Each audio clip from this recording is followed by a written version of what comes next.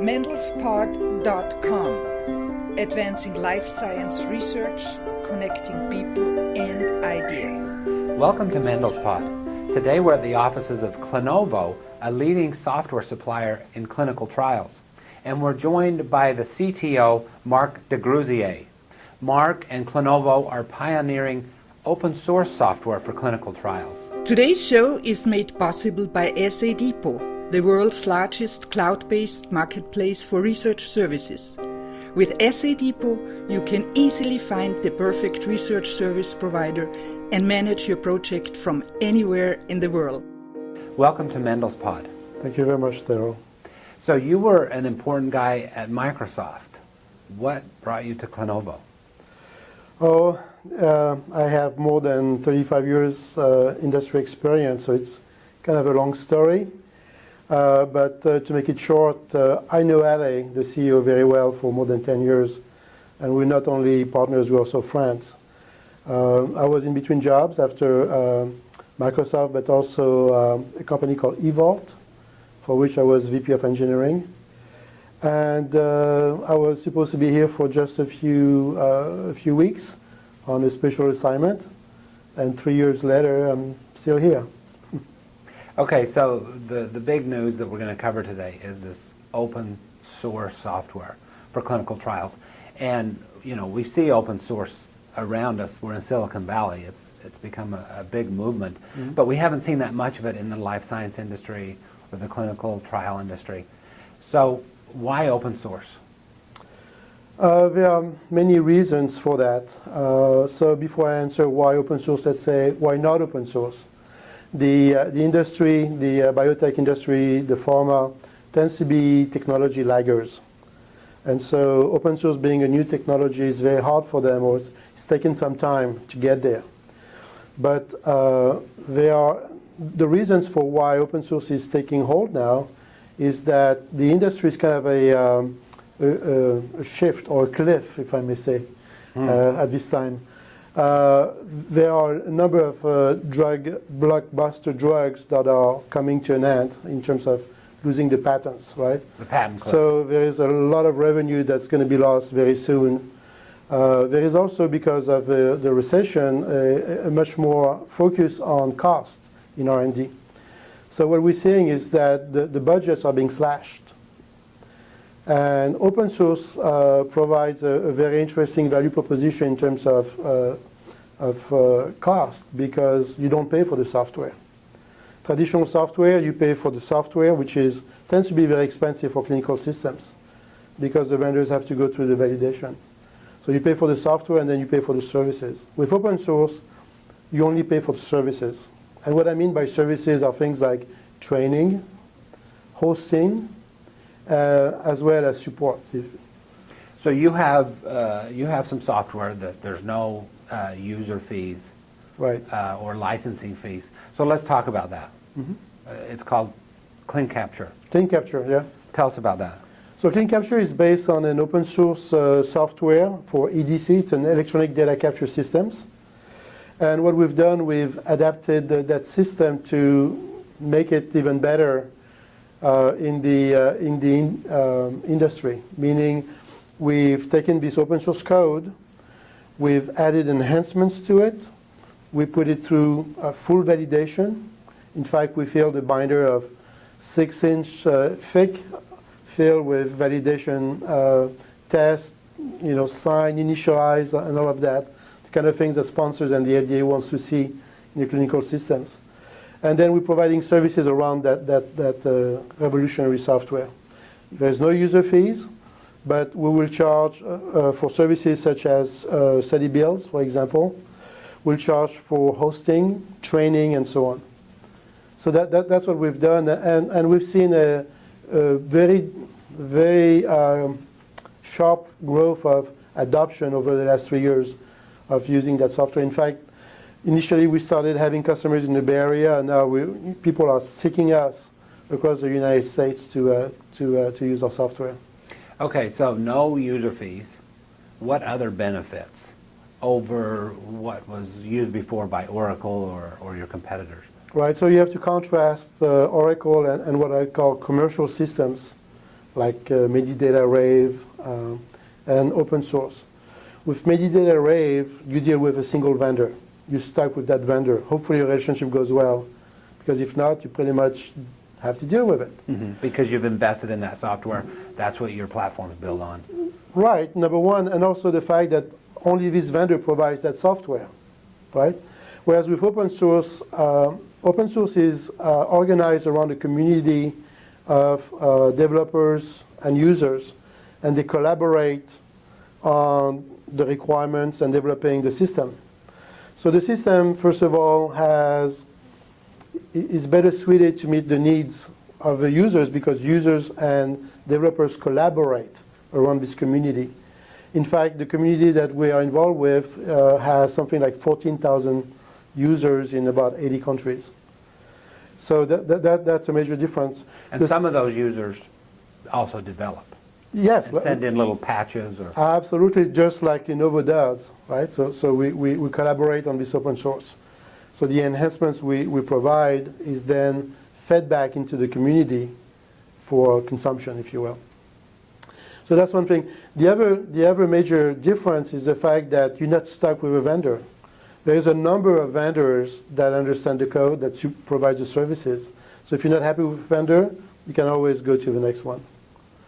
And I think the third major advantage is that unless you're a very big customer for the commercial system, you have multi-million-dollar budget to buy that software, people are not going to pay attention to your wants and needs. Whereas with open source, it's free-flowing. You just put your ideas out there. If it's considered good, it gets put into the platform. So it's very, how can I say that? It's very revolutionary in terms of adapting and taking user input into the system. So not only are the users developing, but they're the ones who use it. So they have a lot of passion, I guess, for this. And they're doing it free of charge. Right. So that's another very interesting point. Many of the developers volunteer to move forward the code. So some of them work at night to contribute to the code and fix bugs and things like that. In fact, it's not uncommon for once a problem is reported into the community forum to have a code available next few days or week, which is very different than commercial systems.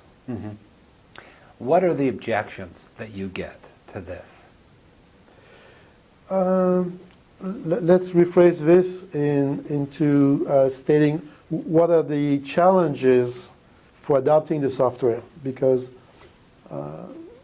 there is no objections per se. I mean, people use it or they don't, right? So if they don't use it, why?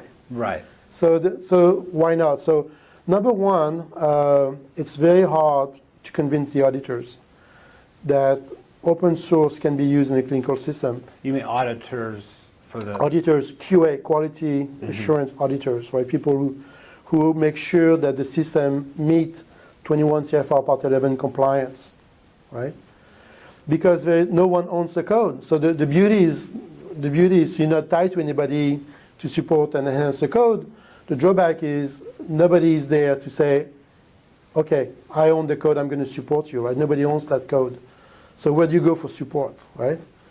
So people are concerned about that. And Clinovo and other companies provide a face behind the community to say, you can come to us, I guarantee that I will support you being my users.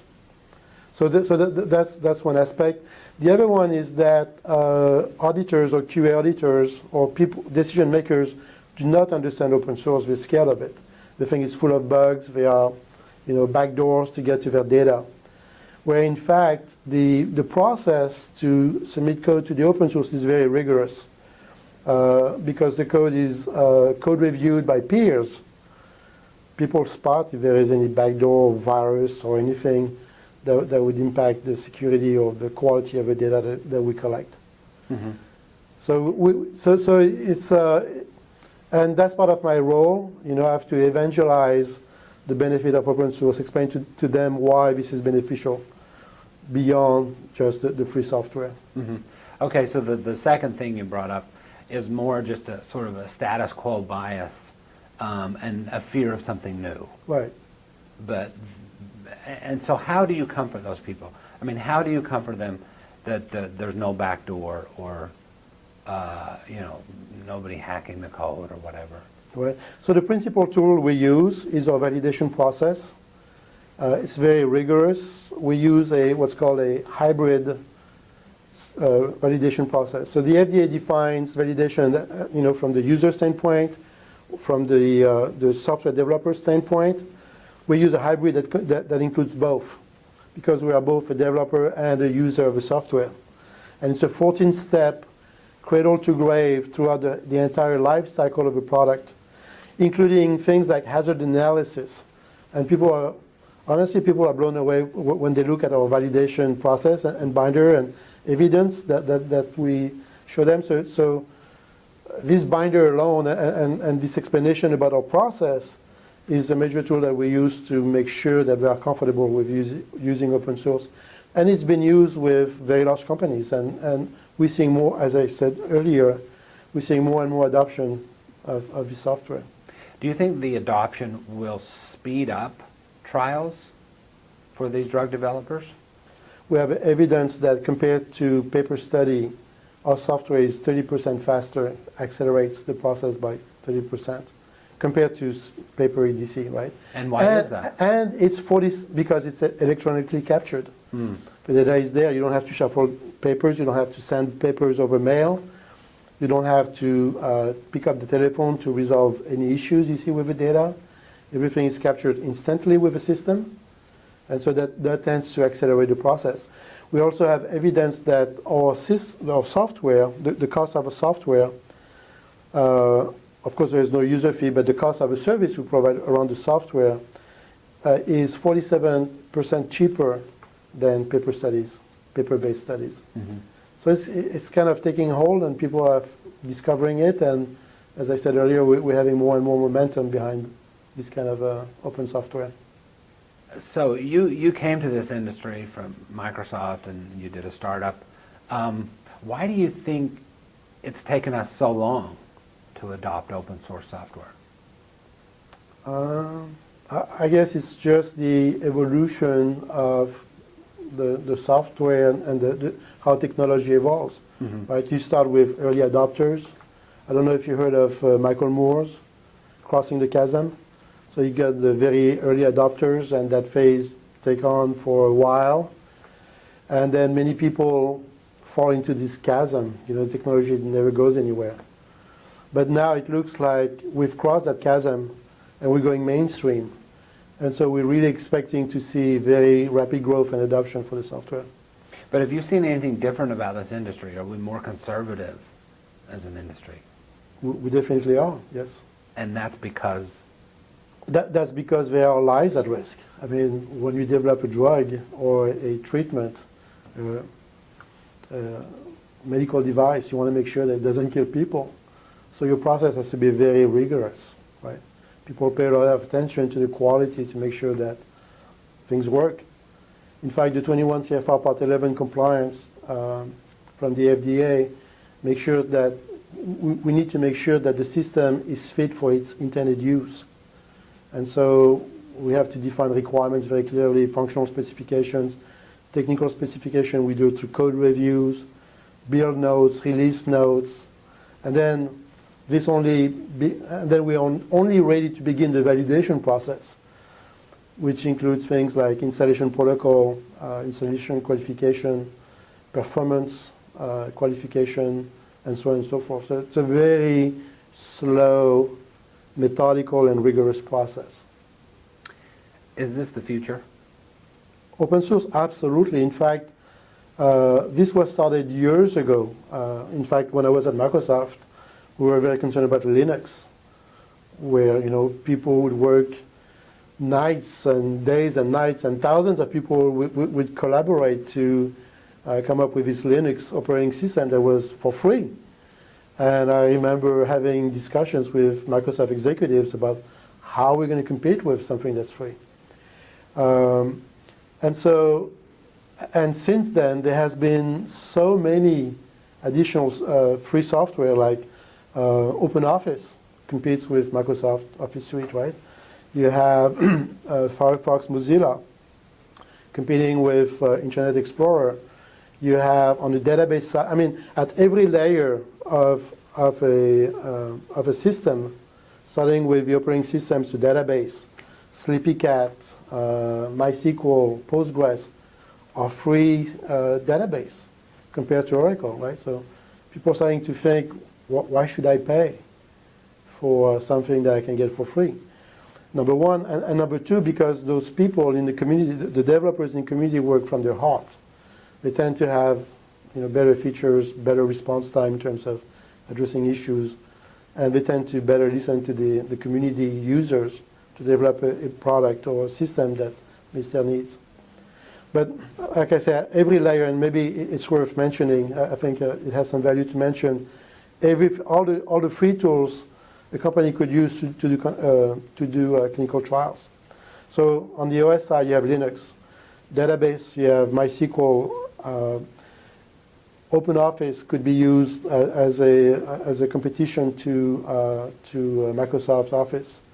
You could use Alfresco instead of SharePoint, also free software.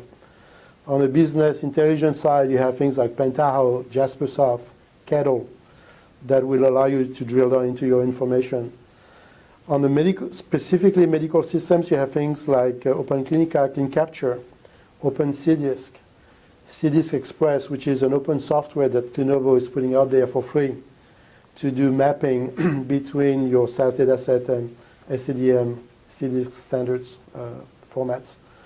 You have OpenEMR for electronic medical records. And so we're seeing a flurry of additional software that could be used to conduct clinical trials. So you jumped on this trend. Yes. It looks like that's the future. How does that work with your business model? Oh, it works very well because the question I guess you're asking is, given free software, how do we make money, right? Well, I know you mentioned the services. Yeah. And essentially that's what we are, right? We are a service company. That's how we monetize this free software. Uh-huh. So this is the education, how to use the software. The hosting. The hosting. Right. Mm-hmm. And so on. As well as biometric services, right? Because if you think of ClinCapture, so we capture the data, but then the data has to be cleaned. So we provide some data management processes around that. If the user wants it, I mean, they're free to do their own data cleaning or clinical data management on this data. Then it needs to be analyzed. So we provide SAS programming services. We provide biostatistics services. We'll develop your statistical analysis plan. We'll medical writing. We'll help you to go to the FDA. We provide experts on the panel. And so it's all about services. So what are the challenges for Clinovo going forward? What's the challenges for introducing open source into an industry that's highly regulated? Right. So the number one challenge for us is to differentiate ourselves. Given that the source is open, anybody can adopt the source modification we make. How do we make a difference, right? And so we're really planning to make a difference by being thought leaders. We started with open source. We are thinking about going into the cloud. So we keep adding features and value, and the idea is to emerge as one of the thought leaders behind EDC systems, open source EDC systems. By thought leaders, it's we're on the leading edge. We're training, we're educating in this field. Right, we're educating. We're coming up with features that are revolutionary, that are easy to use. We're making our system much more efficient. It's all about usability. It's all about getting the right set of features for the end user. So we have to constantly evolve and improve our platform to make sure people understand that we are serious. Our commitment is serious behind open source, and we are emerging as the company who is the most proactive and the most productive in terms of producing open source. So you come from Microsoft and the world of high tech and IT. what has stuck out to you as you've come into the life science industry in regards to software? In regards to software, but so I'll answer that, but to me what's more important is in terms of relationship and people. When I was at Microsoft, I'm sure Microsoft's a great company, right? Very bright people. But the difference with working on clinical type systems is the quality of the people is totally different. I mean, you're dealing with doctors and nurses, and they're much warmer, not as technically savvy. In fact, very few are technically savvy.